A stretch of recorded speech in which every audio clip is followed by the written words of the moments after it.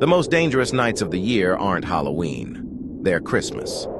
My name is Eric, and last holiday season I spent a week by myself. My partner was visiting family across the country, and I was left in our house. It's a peaceful area, a quiet street where most neighbors travel for the holidays. At first, the solitude was a gift. That changed on the second night. It was dark by 6 p.m., a light snow dusting everything. I was in the kitchen, trying to make dinner. I'm not much of a cook. To fight the silence, I had the television on. That's when I first heard it. A sound from outside that didn't belong. I turned the TV off. It was singing. A slow, tuneless rendition of Jingle Bells. It wasn't cheerful. It felt wrong. The voice was an adult man's.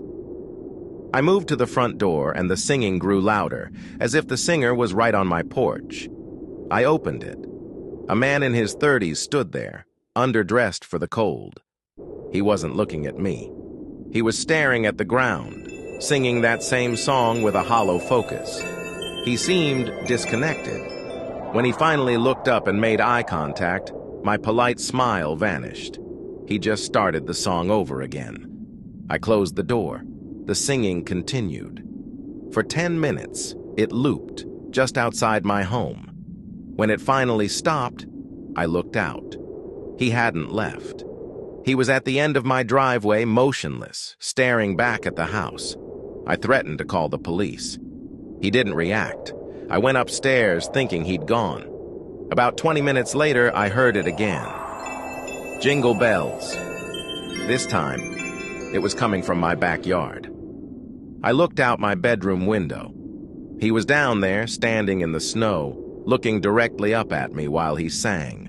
I yelled I was calling 911. The singing stopped. Then he screamed, not a shout, a raw, shattering sound, and he charged my back door. The banging was violent. The whole frame shook.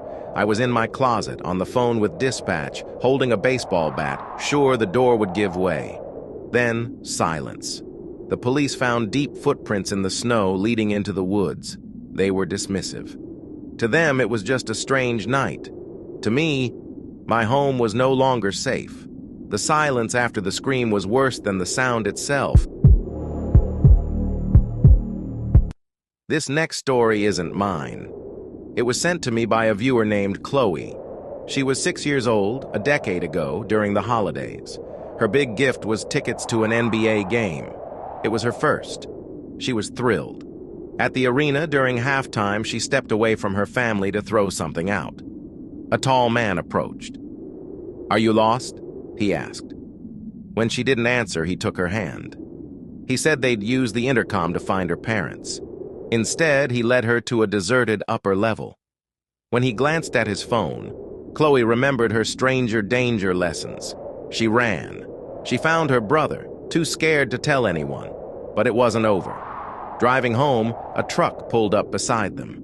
The driver was the same man. He just stared. Chloe stayed silent, frozen by fear. That night, she awoke to a light flashing in her eyes. The man was outside her first-story window, shining a flashlight into her room. Her parents searched, but found nothing. They wrote it off as her imagination. A few nights later, on New Year's Eve, the doorbell rang. Chloe heard the voice and knew. It was him, asking about a lost dog. Her parents didn't believe her. The haunting coda came a year later. A knock on her window on New Year's Eve. A note taped outside. "This new year, you'll meet me again." She's been scared of that night ever since. He didn't want to help me. He wanted to own my fear. Our third account involves a family. A decade ago, Mark, his wife Anna, and their 7-year-old son drove to a remote mountain area to cut down their own Christmas tree. It felt like an adventure.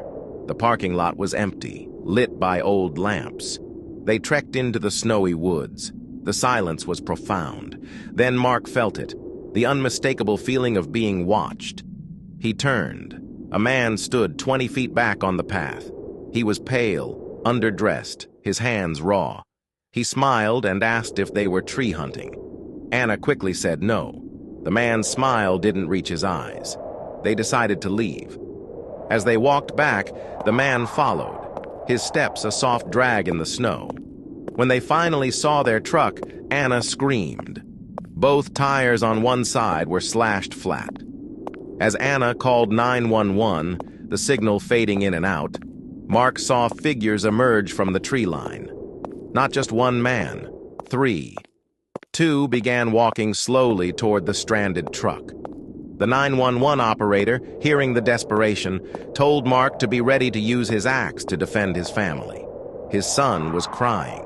The figures called out, "We're here to help," but their hollow tone promised the opposite. Then, sirens. The figures fled into the woods. The police found only scattered footprints. They suspected drifters living off-grid. The family never went back. The final story comes from someone who was 9 years old, home alone on a December night.